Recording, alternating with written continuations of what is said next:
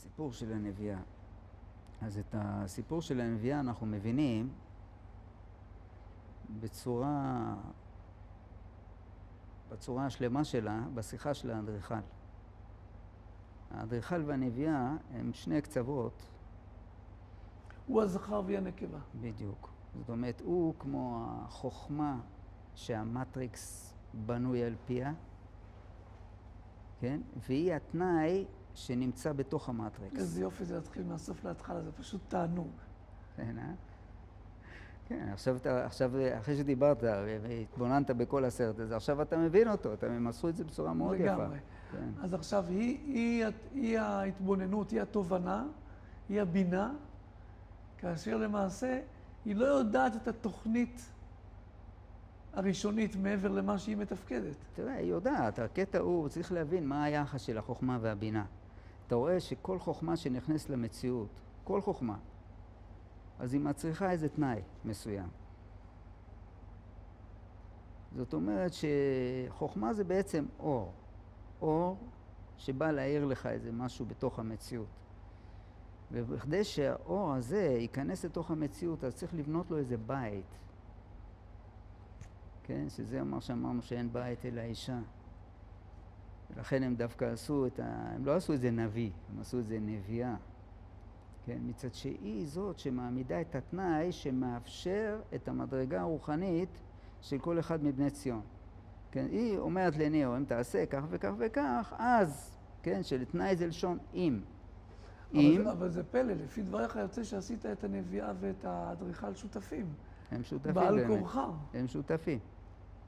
הם שותפים ממש. כי אתה רואה שהמדרגה של המטריקס היא מתוכננת על ידי האדריכל, בהתאם למצב של הנשמות שנמצאות בו. אבל הוא לא יכול לראות מטר מעבר למשהו באמת.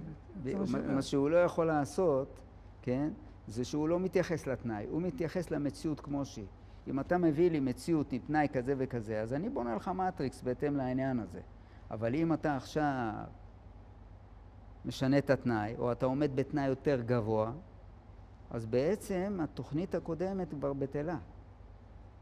כן, וזה בעצם מה שכאן קורה. זאת אומרת שהאדריכל, אתה רואה אותו כשהוא פוגש את ניאו, אז הוא פוגש את ניאו והוא מתייחס אליו כאדם שכבר עשה כמה וכמה פעולות בתור האחד וכו', אבל אתה מי שאתה עכשיו, כן? ולפי המציאות שאתה, אני מציע לך שתבחר בדלת הימנית, כן? ובדלת הימנית מה שיקרה זה שנתחיל את המטריקס מחדש וכו', אבל אני יודע שאתה תפנה שמאלה. לא, הוא לא יודע.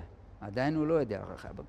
אחרי שהוא מציע לו את זה, אז הוא רואה שהוא ילך לכיוון ההוא. כי מה שקורה, גם ניאו זה בן אדם שעכשיו זה מתחדש לו האפשרות שאני יכול ללכת בדרך הימנית, ואז כל הגלגל הזה חוזר על עצמו, כן? כאילו ממשיך הסיפור באותו מצב כמו שאני נמצא בו עכשיו, אבל יש גם דרך שנייה.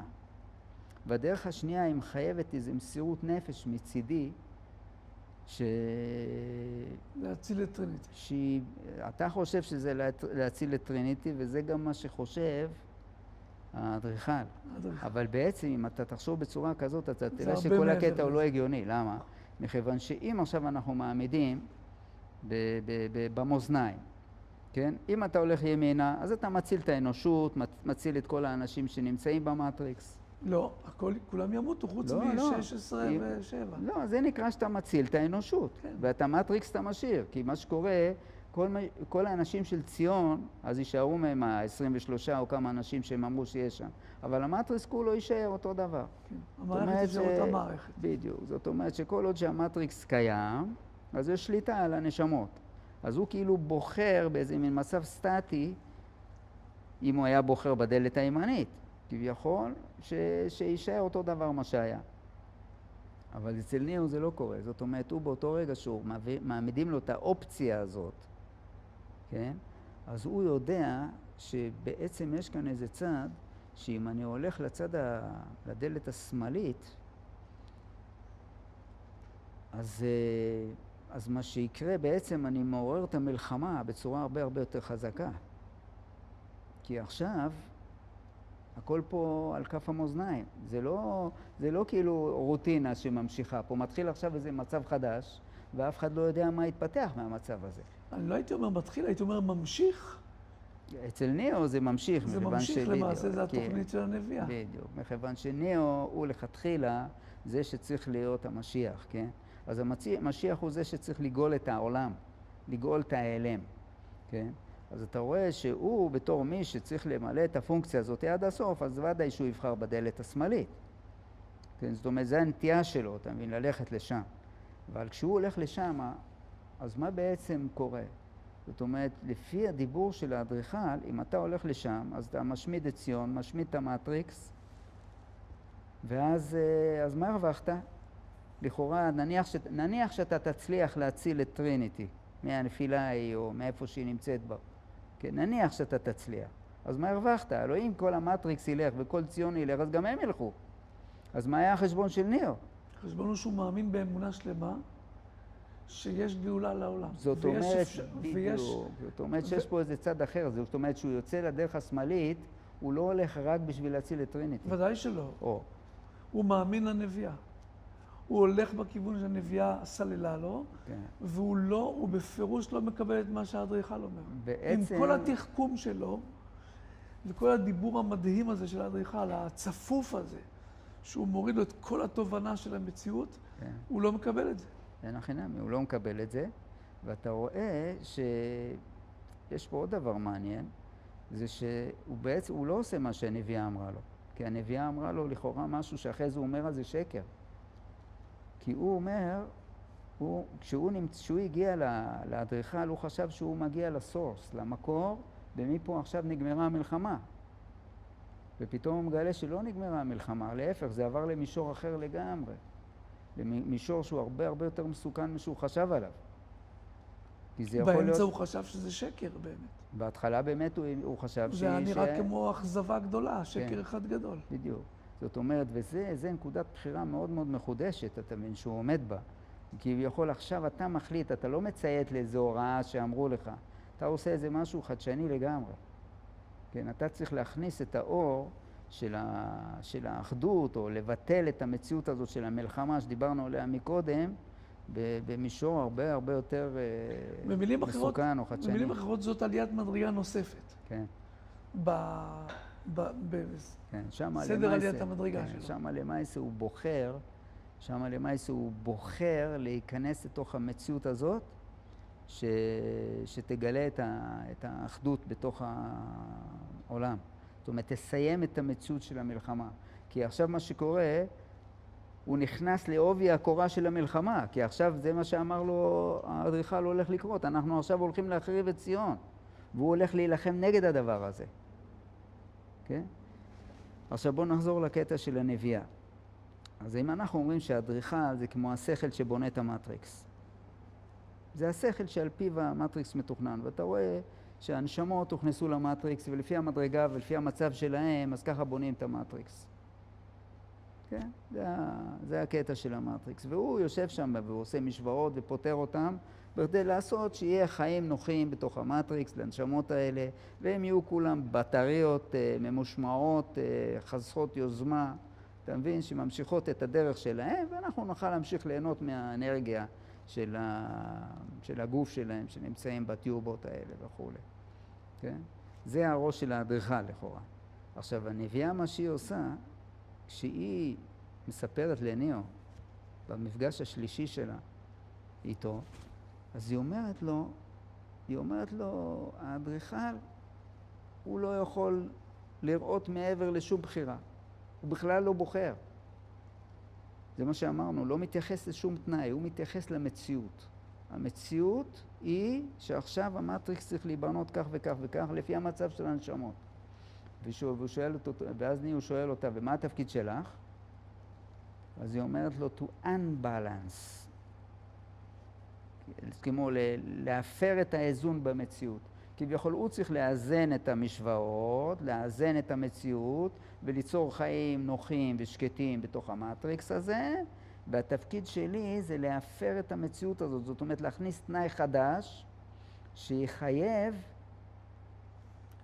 התייחסות חדשה לגמרי למציאות. זאת אומרת, זה צריך לבנות את העולם מחדש.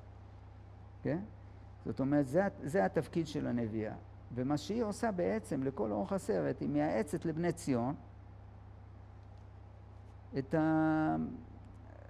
מה התנאי, היא כאילו מגלה להם מה התנאי שהם צריכים לעמוד בו. זאת אומרת, היא מעמידה אותם בתנאי הזה, והם צריכים לעמוד בתנאי הזה. הם אפילו לא יודעים בדיוק איך היא עושה את זה. היא למעשה, לפי דבריך, זו שמכירה את הלכי נפשו של אותו אדריכל, היא יודעת איך הוא פועל, והיא זו שמערערת את האיזון שהוא שואף אליו. וזה התפקיד שלה. אתה מבין? והיא אומרת על האדריכל, that's his purpose, לאזן את המשוואה. כן? והתפקיד שלי, או התכלית שלי, זה להפר את זה. מה זאת אומרת להפר את זה? זה כביכול ליצור את המציאות החדשה, כי כל פעם שנכנס תנאי חדש, מתחדש האדם, זה כמו ביום כיפור. זאת אומרת, זה התחדשות, למעשה זה התחדשות של המציאות כל פעם מחדש. כן. אין שום דבר קבוע. בדיוק. כל תוכנית שתתכנן, בצורה הכי מדוקדקת וגאונית, היא לכאורה סופה להיכשל, אם אתה לא לוקח בחשבון את שינוי המציאות, את שינוי התוואים גם אתה צריך להבין שכל פעם פה נאבקים על מדרגה רוחנית יותר גבוהה. כן? זאת אומרת שבהתחלה יש תנאי מסוים שהוא צריך לעמוד בו. אתה מבין? זה התנאי שהוא לא ייפול במציאות החומרית הכבדה. אחרי זה הוא צריך לפגוש את המורוויז'ן, והוא צריך להפוך את השפן שבו לנפש מתוקנת. כן? זה המפגש שלו עם המורוויז'ן, בעצם זה בשביל הדבר הזה. בכדי ליישר אותו חזרה, להיכנס לתוך ארציות שבה הנפש שלו מאירה את הצד החומרי שבחיים. כן, ובשביל זה הוא פוגש את המורוויז'ן בפעם הראשונה. אנחנו רואים אחר כך יש לו עוד מפגש איתו, זה כבר במדרגה יותר גבוהה. כן, נדבר על זה אולי יותר מאוחר. אבל תכלס הרעיון של הנביאה, זה שהיא מוליכה את ניאו ואת בני ציון לכל אורך השלושה סרטים האלה, להעמיד את התנאי הנכון, בכדי לסיים את המלחמה של המכונות עם הנפש. זאת אומרת, ולכן גם כן אנחנו רואים שבסופו של דבר, מי שנשאר בסוף הסרט זה היא. מכיוון שברגע שהתנאי שלה עומד, היא מעמידה את התנאי הנכון, כן? אז העמדה של התנאי הנכון הוא זה שכביכול ממשיך אחר כך את המציאות, כמו שנגיד שיש לנו 6,000 שנה.